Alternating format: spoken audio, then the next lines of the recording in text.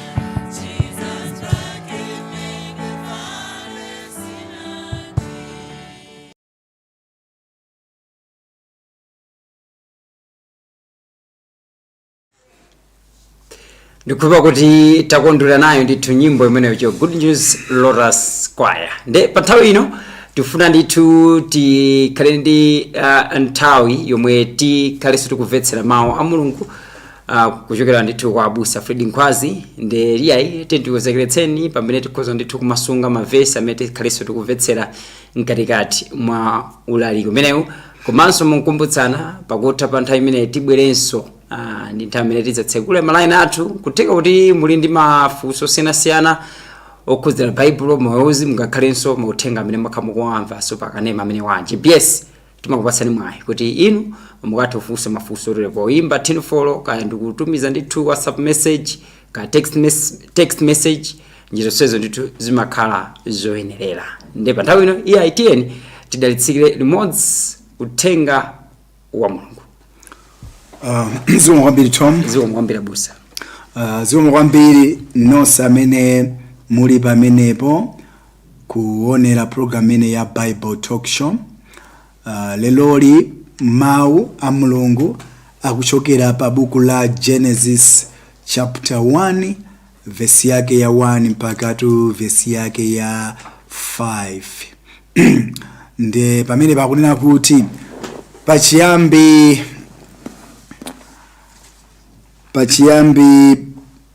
Mulungu analenga kumwamba ndi dziko lapansi. Dziko lapansi ndipo linali lopanda kanthu, ndipo mdima unali pamwamba pa nyanja, ndipo mzimu wa Mulungu unali nkufungatira pamwamba pa madzi. 3 Ndipo anati Mulungu kuyere, ndipo kunayera.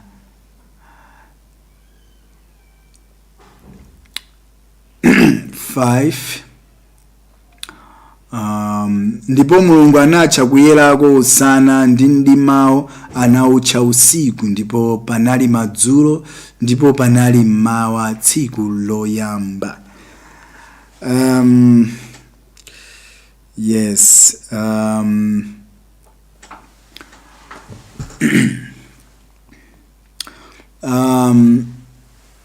Tikuyenera kudziwa kuti pali dziko la Mulungu nde pali dzikonso linoli lapansili. Kaganizidwe ka ifeyo ana anthufe, kaganizidwe ka pa dziko lino lapansi sikangafananizidwe ndi kaganizidwe ka dziko lakumwamba. Simalevu athu. Dziko lakumwamba ndi dziko lozama kwambiri, ndi dziko limene olo nzeru ya dziko lino lapansi singafikireko. Ndi mukhozaona kuti pali kusiyana kwakukulu zedi kumbali ya kaganizidwe pakati pa dziko lino lapansi ndi dziko lakumwamba. Yesu Khristu atabwera pa dziko lino lapansi, zambiri zimene amayankhula anthu a dziko lino lapansi sadagwirizane nazo, kudali kovuta kuti amvetsetse. N'chifukwa chake padali kukhulana, panali ndithu ngati kubampana kati rodi kaya. Padali ndithu ngati mkangano, chifukwa nzeru ya kumwamba ndi nzeru ya dziko lapansi sizingagwirizane. Zili ngati madzi ndi mafuta amachitirana chinkulirano kuti mfumu ndine, chifukwa sangathe kulumikizana, sangathe kuti aphatikizane. Yesu Khristu adanena mawu pa buku la niyesa ndithu buku la Yohane tione pa Yohane chapter 8 khala ngati kodi ni verse 23 imeneyo. Yohane chapter 8 verse yake ya 23 pamenepa akunena kuti ndipo ananena nawo, inu ndinu ochokera pansi, ine ndine ochokera kumwamba. Inu ndinu a dziko lino lapansi, sindili ine wa dziko lino lapansi. Ndiye ifeyo tikamakamba nkhani ya moyo wa uzimu tikuyenera kuti tidziwiretu kuti moyo wa uzimu si ogwirizana ndi mmene ifeyo timaganizirira anthu a dziko lino lapansili. Ndi zosiyana kutali. Dziko lakumwamba ndi level ina, sitingathe ifeyo kudzimvetsetsa. Nde tikamakamba za moyo wa uzimu sitikuyenera kuti tigwiritse ntchito kamvetsetsedwe kathu kachidziko lino lapansili. Nchifukwa Mulungu anamuwuza Abrahamu kuti uchoke ku dziko la makolo ako ndi ukalowa dziko latsopano, dziko lakumwamba, dziko limene lili losiyana zedi ndi dziko limene Abrahamu amakhalamo. Lero tawerenga nkhani ya pa buku la Genesis chapter 1. Pa Genesis chapter 1 tikuona kuti dziko lapansi linali ndithu losokonekera, lopanda chiyembekezo, lopanda dongosolo, lodzaza ndi mdima.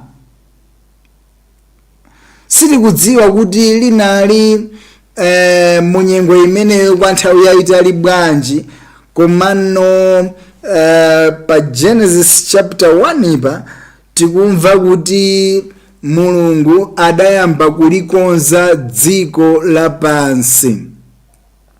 Dziko lapansi limene lidali lopanda dongosolo, limene lidali lopanda kanthu, limene lidali lodzaza ndi mdima, Mulungu iyeyo anayamba kugwira ntchito pa dziko limeneli. Ndipo Mulungu atayamba kugwira ntchito pa dziko limeneli, tikuona kuti dziko lapansi lidasinthika, lidakongola, ndipo dziko lapansi limene lidali lodzala ndi mdima linawala.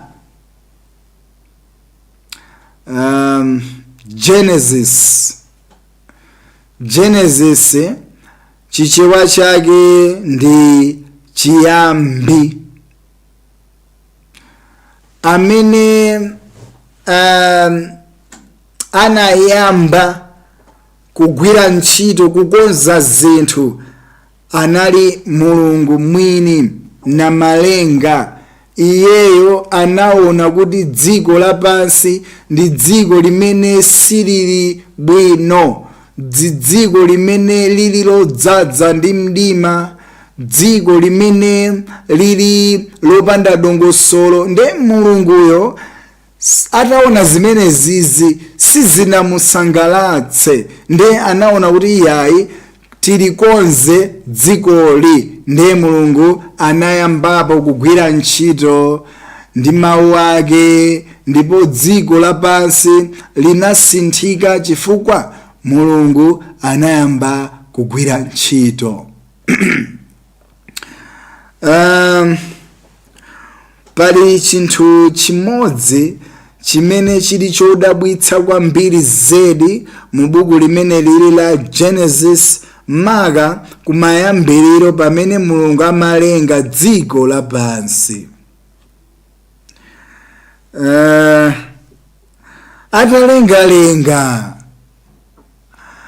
chinthu chomalizira chimene mulungu anachilenga ndi munthu. Analenga zonse ne kumapetopeto adalengako munthu. Nde munthuyu akuti adamusiya m'munda wa Edeni. Tisayiwale kuti mulungu ananenanso kuti nthaka ibereke zipatso, madzi asonkhane pamodzi, nsomba ziberekane m'nyanja, mbalame ziuluke mu mlengalenga. Mulungu adalenga zonse moteromo pogwiritsa ntchito mawu. Nde kumapetopeto analengano munthu. Mulungu anamulenga munthu kumapeto atakonzeratu china chilichonse choyenerera, chofunikira kuti munthu akhale ndi moyo.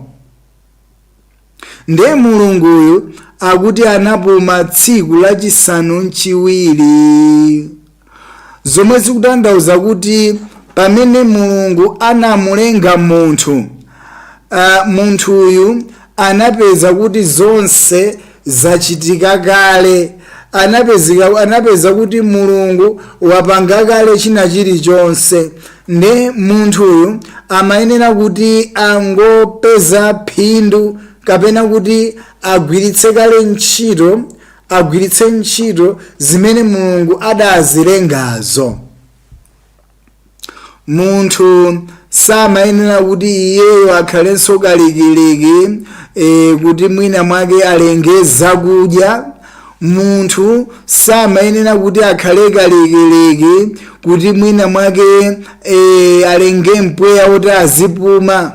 Munthu samayenera kuti akhale kalikiliki kuti alenge zipatso. Ayi, samayeneranso kuti akhale kalikiliki kulikonzanso dzikoli. Ayi, amayenera kuti agwiritse ntchito zimene mulungu adazikonza. Mulungu ndi mulungu amene amadziwiratu kuti munthu amene ndikumulengayo akuyenera kuti akhale ndi zofunikira, kuti akhale ndi moyo. N'chifukwa chake mulungu anapangiratu china chilichonse, anakonzeratu dongosolo lonse kuti munthu akabwera, munthu ameneyu asazasowe mtengo wogwira. Munthu ameneyu adzakhale ndi moyo, chifukwa ngati sindimulengera zinthu zonsezi, munthu ameneyu sangakhalenso ndi moyo. Nde buku la Genesis ndi buku limene likutisonyezeratu kuti mulungu ndi mulungu amene amalingalira za munthu. Mulungu ndi mulungu amene amakhala kuti anakonzeratu dongosolo la munthu. Mu Bible muli mkulu wina wake dzina lake Yakobo. Ndi Yakobo amene yuyu anamukonda kwambiri Rakelo. Ndi mukudziwa inu kuti atapita kwa ankolo wake Labani, ankolo wake Labani ananena kuti ugwire ntchito iweyo. Ndi akuti kwa zaka 7 anakhala kuweta ziweto za ankolo ake, akapena kuti atsibwene ake Labani. Ndi akuti kwa zaka zokwana 7 anakhala kuweta za ziweto zimenezi. Nde pamapeto pake amayenera kuti apatsidwe mkazi otchedwa Rakelo. Koma atsibwene wake pa tsikulo sanamupatse Rakelo, anamupatsa Leya. Ndipo Yakobo zinamuyipira, zinamunyasa kwambiri mpaka anadandaula. Ndi anawuzidwanso kuti ukuyenera kuti ugwirenso ntchito kwa zaka 7 kuti umutenge Rakelo, chifukwa kwathu kuno sikoyenera kuti tipereke wang'ono ku banja asanapite wamkulu. ndiye akuti anagwiranso ntchito kwa zaka zina zokwana 7. Apapa tikati tione mkazi amene anali obereka anali Leya, ndipo anabereka mwana woyamba dzina lake Rubeni. Kenako akuti kunadzabadwa Aniyesa, Simeoni. Kenako tikuona kuti kunabadwa Levi, kenako Juda. Ndi mwana folowa anabadwa kuchokera kwa Leya. Ndi mwana folowa amene wawa tikaona uyuyu Juda ndi mwana amene Yesu Kristo anabadwirako, chifukwa Yesu Kristu anabadwa kuchokera mu banja la Juda. Komanso tikaona Levi ndi mwana amene kudzera mwa Levi kunabadwa achina Mose, achina Aaron, achina Elieza, achina Zadok, achina Abihu, limene lili ndi banja la Chilevi limene kumabadwa ndithu ansembe. Pakana banja limene kunabadwa ndithu Zakariya, ndipo kunabadwanso mwana otchedwa ndani uyu, John the Baptist. Nde tikati tione bwinobwino, Yakobo analibe nzeru zakuzindikira kuti kudzera mwa Leya kudzabadwa mtundu wofunikira, mtundu wa Levi komanso Juda. Nzeru ya munthu imaoneka ngati ndi nzeru. Ineyo mwandipatsiranji Leya, ine ndimafuna Rakelo, koma Rakeloyo amene amamufunayo Rakelo ndithu analibe mbewu.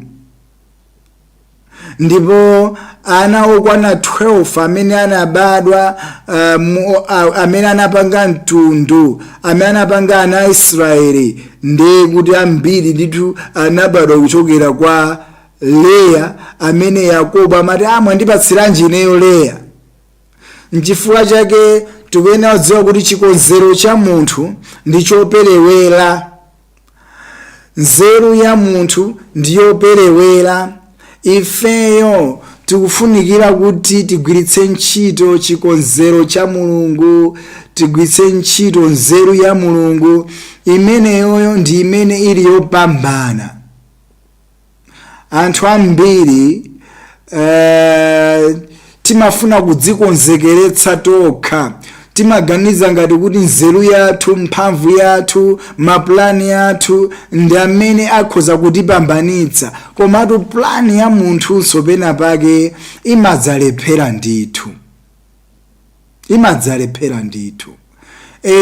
Sikuti ifeyo tingokhala chete osapanga kena kake, komano tikuyenera kudziwa kuti plani yathuyo tiyike m'manja mwa Mulungu amene ali ndi chidindo chomaliza kuti ayivomereze. Pa dziko lapansi panopa timayenera kuti tikalandire ndithu signature yomaliza yovomereza kuti ayi tiyeni nazoni, ndagwirizana nazo, izi zikhoza kutheka ndithu.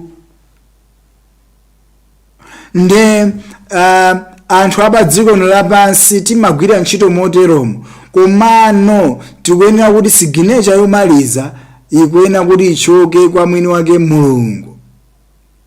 Mulungu ndi amene ali ndi dongosolo labwino, lopanda banga, lopambana.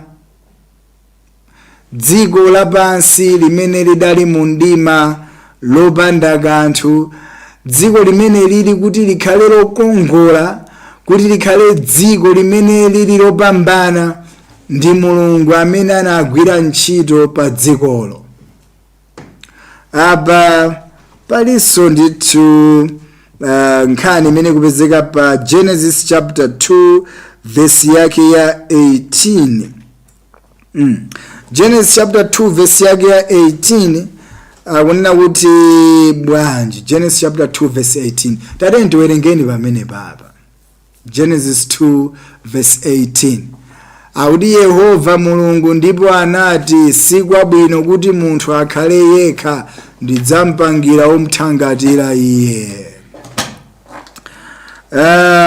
Mulungu akunena kuti anaona kuti sikunali kwabwino kuti Adamu akhale yekha.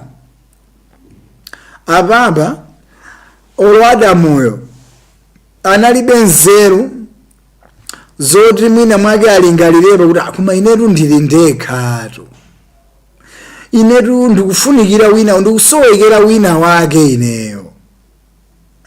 Adamu analibe nzeru imeneyoyo, komano Mulungu akuti anaona kuti sikwabwino kuti munthu akhale yekha, nde pakufunika kuti nimpangire wina wake omuthangatira, wina wake omuthangatira. Ndiyeno zikusonyezeratu kuti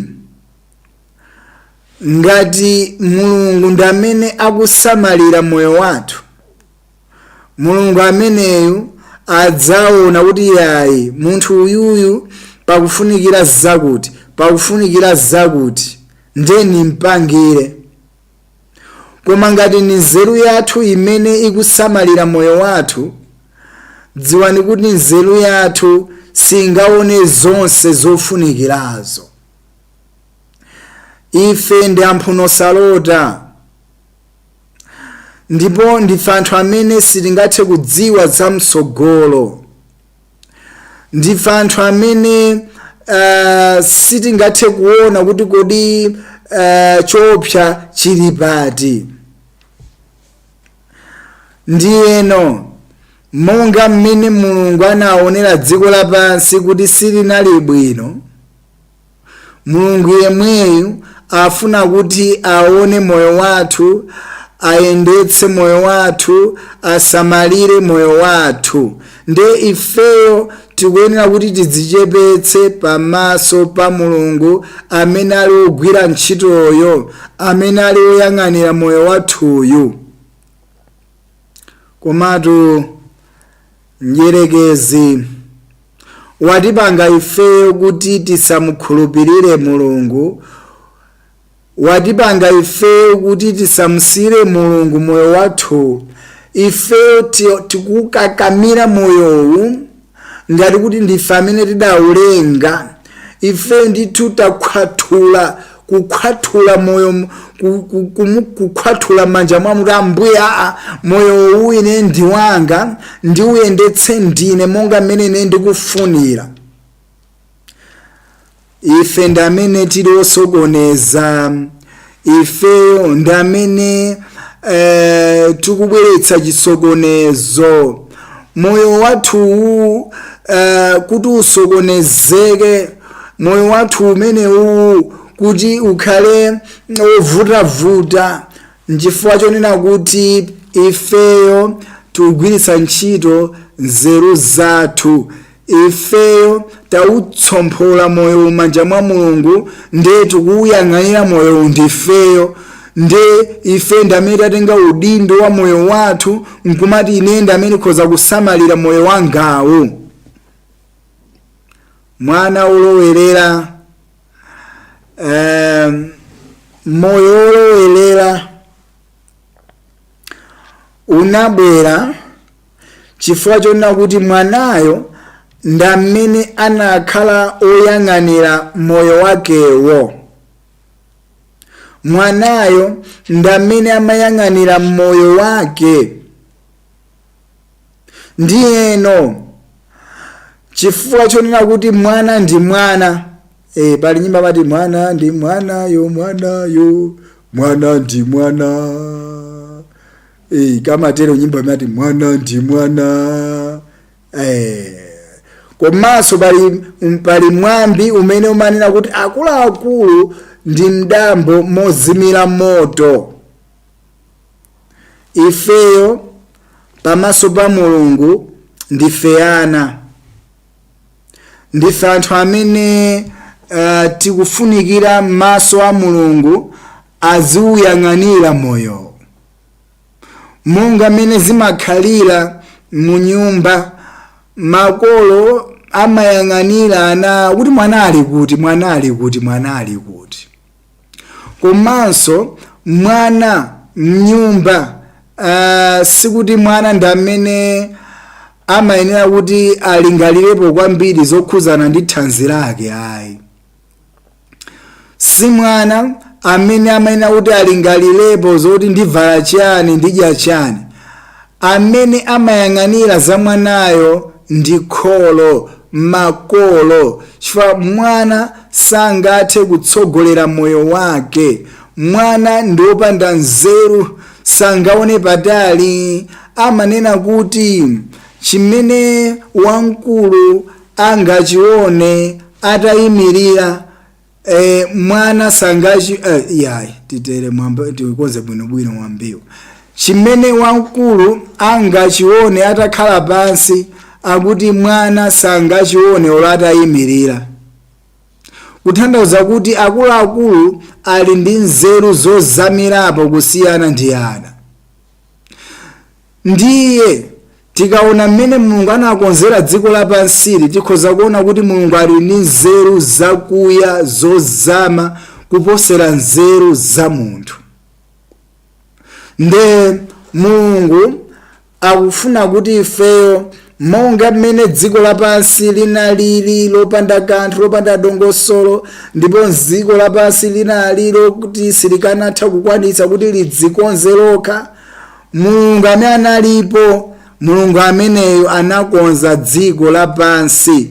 Mulungu ameneyo amene amayang'anira zonse anapanga dziko likuti likhalira dongosolo, ndipo tikamaona pakali panopo dziko lindilokongola, ngati kuli kuonongeka ndi anthu amene akuliononga, koma dziko linalengedwa lokongola bwino zedi. Timitsinje, mapiri, zipatso zokongola kwambiri zokoma. Ndipo tikamaonano zipatso zinazi shuga, anthu timadabwa kuti koma inu ndi ndani amene akathira shuga pa nthaka? Hayi ndithu, Mulungu anapanga zonsezo. Mulungu ndi nzeru yake ndi kuthekera kwake anapanga zonsezo. Nde leloli dziko lapansili likutanthauza mtima wathu. Mulungu afuna kuti alamulire, agwire ntchito mu mtima mwathu, ayendetse moyo wathu. Koma vuto amwene pali mkangano, pali chinkulirano, anthu ife tuganiza kuti ineyo ndikhoza kuyendetsa moyo wangawo, ineyo ndikhoza kusamalira moyo wanga. Ndeti ni maplani, ndi dongosolo lathu la mmene ife moyo wathu wena ukhalira. Mulungu afuna kuti dongosolo kapena kuti plani, ndondomeko ya moyo wathu timusire iyeyo Mulunguyo ayendetse, chifukwa ndi amene ali driver weni driver wamkulu amene akhoza kusamalira komanso kuyendetsa moyo wathu mwadongosolo.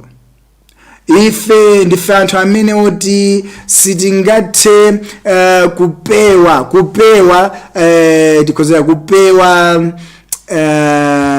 mayesero.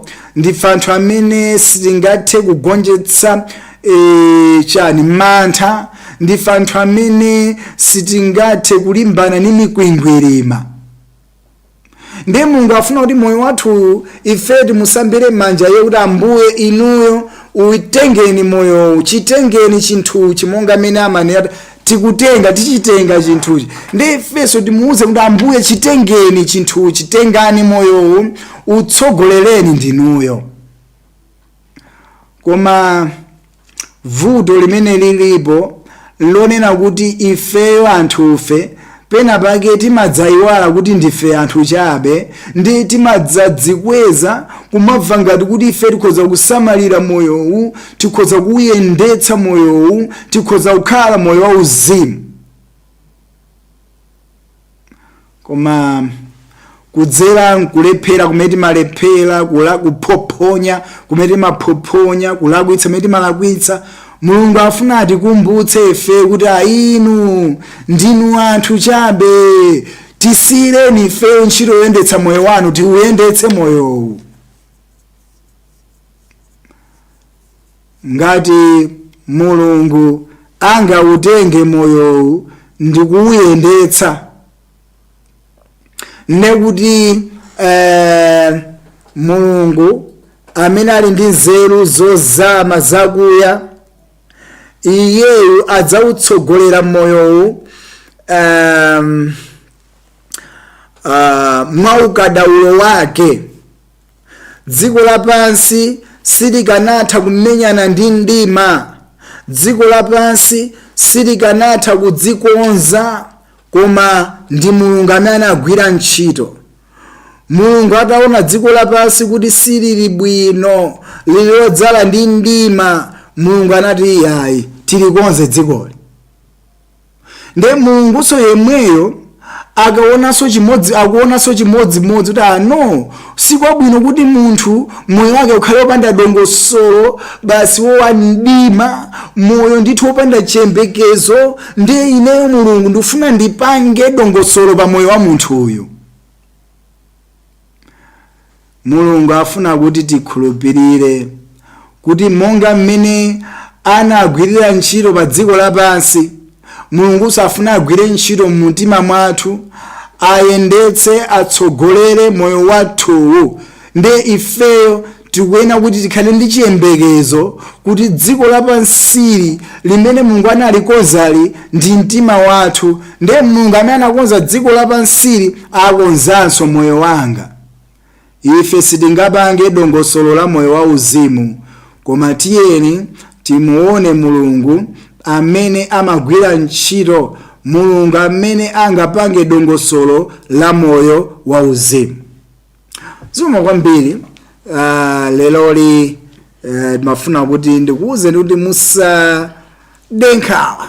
Mulungu amene anakonza dziko lapansi afunanso akonzenso mitima yathu, afuna agwire ntchito mitima mwathu, ayikemo dongosolo mitima mwathu, chifukwa ifeyo tilibe kuthekera kopanga dongosolo la moyo wathu wauzimu. Ndife anthu amene tili operewera, ndife anthu amene tikhoza kungoupotoza moyowu, ndife anthu amene tikhoza kungogonjetsedwa ndi zilakolako, ndife anthu amene tikhoza kungoyamba kugwisa ntchito mankhwala ozunguza bongo, ndife anthu amene tikhoza kungotengeka ndi za zilakolako za thupi lathu. Nde sife anthu amene tikhoza kuyika moyo wathu m'manja mwathu. Mulungu afuna kuti awutole moyowu, awugwire ntchito moyowu, awuyendetse iyeyo ngati driver amene ali wodziwa kuyendetsa moyo. Tomu Kamanga. Yes, abusa. Ndatengapo nthawi ndithu. Iyayi. Mzimu woyera unakunye mulani. Sungaleretse. Suleletsa nkhondo imeneyo. Ndiyo saleletsa. Umanguyangana kuti yayi. Kumene akatero. Ikatele komweko. Azona. Tiyamikire koma kuti yayi. Mulunguso ndithu watiyankhula kudzeranso mu program ineyi. Zona. Anthu ife ndifonso kone. Yes. Ife timaona ngati kuti Mulungu sakudziwa zochita. Nditi makhala jijiri kapena kuti jagali ngati kuti ngapange kanthu. Kuthamanga chonsecho palibe chimene tingapange. Yes. Koma Mulungu afuna kuti maso athu akhale kwa iyeyo. Monga mmene zimakhalira ku chipatala, kumupanga munthu operation. Mulungu afuna atipange operation. Yes. Akonze agwirepo ntchito mwaufulu. Ndife saoneke ngati ndife auzimu kwambiri ya. Timusiye Mulungu apange zinthu pa moyo wathu mwaufulu. Mmene angakwanitsire. Mmene akudziwira. Tiyamikire ndithu abusa fo ya uthenga wamphamvu, uthenga omwe ndikukhulupirira kuti ayi watitsitsimutsa ife anthu amene mwina tinali otsamira ku maganizo athu, ku mphamvu zathu, komano tatha kuphunzira kuti ayi zikufunika kuti ife tichite salenda, tokha tichite salenda kwa Mulungu ndimene akuyerera kuti atinyamule china chilichonse, atsogolere china chilichonse pa moyo wathu. Ne nthawi chendakamba kunena kuti tikhala nayo pamene tizatsekule malayini athu, inu mukuyenera ndithu muzaperekenso mafunso amene mungakhale nawo kugwiritsa ntchito ndithu nambala zomwe zili pansi pakanema wanuyo komanso ndithu mukhoza kugwiritsa ntchito apo ngotumiza ndi self video clip kugwiritsanso ntchito manamba amenewo ndi mukatero ndikuti ifenso tizakhala ndi nthawi yosewera ma self video clips amenewo mapulogalamu athu amene akubwera mtsogolo komano padakali pano ngati ndithu mwiyayi muli pamenepo mukhoza kungotenga nambala imeneyo ndikuyimba 10 ndikuti tikupatseni mwayi kuti mukathe funso lomwe inu limakhala ngati limakusowetsani mayankho de pano tione kuti ma self video clips amene tili nawo amenepa ndiyo oti self video clip yoyambirira apa ikuchokera kwa Joseph amene walinda Joseph kuchokera ndithu mzinda wa Lilongwe amene waswali ndi funso tiyeni timve funso lawo kuti iwowa akuti bwanji. Zina langa ndine Joseph kuchokera kwa Mgona. Ineyo chomwe ndimafuna ndifunsa abusa anthu ambiri amakamba maka za chimo lalikulu ndi chimo laling'ono. Ena amakamba zona zokuti chimo lalikulu kwambiri pamaso pa Mulungu lomwe anthu amachimwa ndi kupha munthu. Ena amati kupanga chigololo. Then mafuna ndimve kwa inuyo kuti kodi akati chimo kweni kuti lalikulu pamaso pa Mulungu ndi chani. Zina langa ndine Joseph kuchokera kwa Mgona. Ineyo chomwe ndimafuna ndifunsa abusa anthu ambiri amakamba maka za chimo lalikulu ndi chimo laling'ono. Ena amakamba zona zokuti chimo lalikulu kwambiri. Joseph mwafunsa kuti kodi chimo lalikulu chimo laling'ono ndi liti. Palibe munthu amene amakayima pabwalo la akhoti nde yeyo ndiweruzidwa mlanduwo nde yeyonso yekha ngudziweruza. Sizimayenda choncho.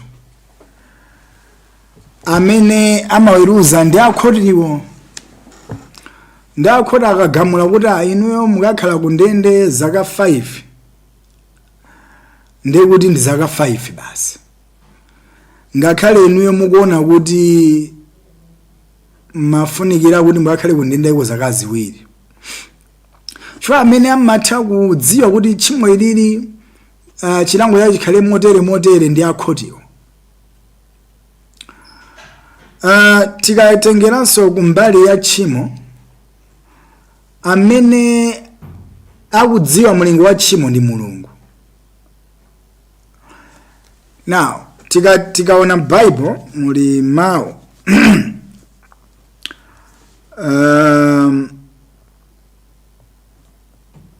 buku la Yohane chapter 3 verse yake ya 16. Yohane 3 verse 16.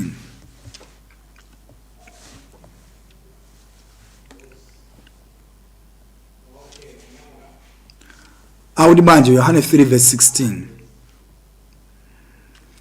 Pakuti Mulungu anakonda dziko lapansi kotero kuti anapatsa mwana wake obadwa yekha kuti yense wakukhulupirira iye asatayike koma akhale nawo moyo wosatha.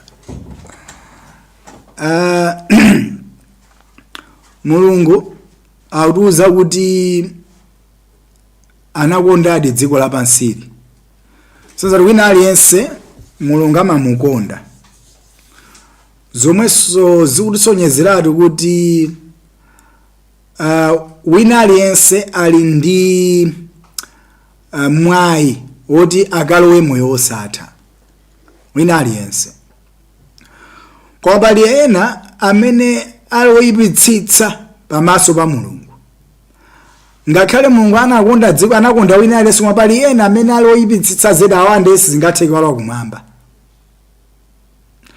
Nde anthu amene wawa Mulungu akunena kuti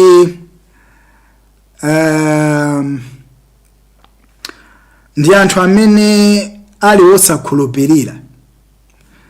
Pa verse 16 pakuti Mulungu anakonda dziko lapansi kotero kuti anapatsa mwana wake obadwa yekha kuti yense wakukhulupirira iye asatayike koma akhale nawo moyo wosatha. Tanthauza kuti munthu amene angakhale ndi moyo wosatha ndiye khaya amene alokhulupirira. Zomwe zikutanthauza kuti kusakhulupirira ndi tchimo lalikulu kwambiri. Nthawi ya Nowa anthu anafa. Anthu amene anafa nthawi ya Nowa chimene chinawapha kwenikweni tchimo lalikulu limene anapanga si chigololo, kuba, kupha, anthu amene wawa anafa chifukwa chona kuti sanakhulupirire mawu amene Mulungu adayankhula kudzera mwa Nowa. Chifukwa akanawakhulupirira mawuwo ndiye kuti iwowo akanakalowa mu chombo. Nowa anapulumuka osati chifukwa iye anali munthu wabwino kapena kuti samasirira, koma Nowa atamva mawu a Mulungu, Nowa ananthunthumira, anakhulupirira mawu aja kuti Mulungu akuti adzagwetsa chigumula. Ndiye Mulungu akuti tiseme chombo kuti tilowemo. Nde Nowa anakhulupirira mawu a Mulungu. Amati chikhulupiriro chopanda ntchito chili chabe. Nowa iyeyo atamva mawu a Mulungu anagwira ntchito yosema chombo, anakalowadi mu chombo. Zimene Nowa amapanga zimasonyeza kuti amakhulupirira mawu a Mulungu. Ndiye anthu ena aja sanakalowe chifukwa chani? Chifukwa kuti samakhulupirira. Ndiye chimene chinawapangitsa kuti afe si chifukwa chona kuti chombo panalibe, koma chifukwa kuti sanakhulupirire. Chimodzimodzi Adamunso anachimwa chifukwa chani? Chifukwa kuti sanakhulupirire mawu a Mulungu. Kudya chipatso anadya chifukwa kuti sanakhulupirire mawu a Mulungu. Ndiye funso lonena kuti tchimo lalikulu nchiyani? Yankho lake nona kuti kusakhulupirira ndi tchimo lalikulu. Chabwino tiyamikire ndithu abusa ngakhale mwina tangotsala ndi mphindi zinayi chabe. Ndikuona kuti mwina tikhoza ngopereka omwayi just the 2 minutes yotsalayi tikhoza ndithu mwina kwa mukhoza kwa ayankha funso amene wa Victor amene satumiza self video clip yawo. Ndiye timvese kuti amene wa Victor akufunsa funso lawo lotani. Ineo tinanga ndi Victor Chirwa ndimakhalira kuno Kulumbazi. Ineo funso limene ndimafuna ndita dziwa kwenikweni ndi zokudzana ndi chipulumutso. Ndimene mafotokozera zimasonyeza kuti zintchito zathu kudzera mchilamulo sizingakathe kutipulumutsa. Ndebe ndikha ndimakhabe ndimakhala ndikutsutsika kuti tsono pamene papa ngati mukuti zintchito zathu sizingathe kutipulumutsa, kutsata lamulo sikungatipulumutsa. Ndiye njira yeniyeni yokuti ifeyo tikhoza kutsata kuti tikapulumuke ndithu. Ndithu pamenepo ndi pamene nditafuna kumvetsetsa ndithu.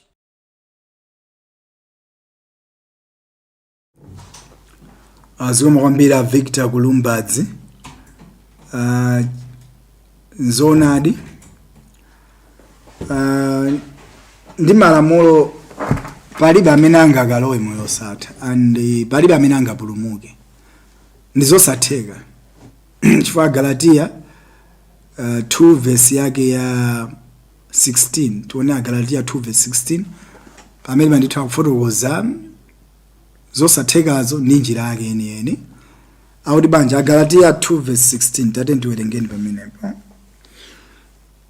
Koma podziwa kuti munthu sayesedwa olungama pa ntchito ya lamulo koma mwa chikhulupiriro cha Yesu Khristu. Ifedi tinakhulupirira kwa Khristu Yesu kuti tikayesedwa olungama ndi chikhulupiriro cha Khristu ndipo si ndi ntchito za lamulo, pakuti palibe munthu adzayesedwa olungama ndi ntchito za lamulo. So Mulungu akunena kuti ndi ntchito za lamulo sitingakhale olungama koma kuti chikhulupiriro pa Yesu Khristu. Tidziwe kuti Yesu Khristu uja anatigwirira kale ntchito yathu ya chipulumutso. Ndesi kuti ifenso tipange chipulumutso chathu kapena tigwire ntchito ina yake yoti tikalowe kumwamba, koma tikhulupirire kuti zimenenso anatichitira zija zinakwana. So kuti tikalowe kumwamba tikuyenera kuti tingokhulupirira kuti Yesu Khristu iyeyo anagwira kale ntchito yanga ya chipulumutso. Zomwe kwambiri a Victor Kulumbazi.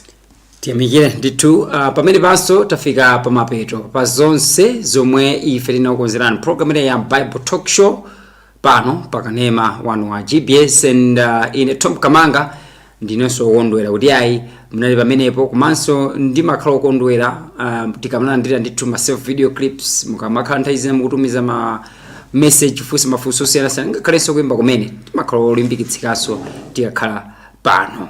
Ndiyamikirenso ndithu anyamata onse amene amaonetsetsa kuti zonse zikhalenso ndithu yayi zikutheka kumakina kumeneko.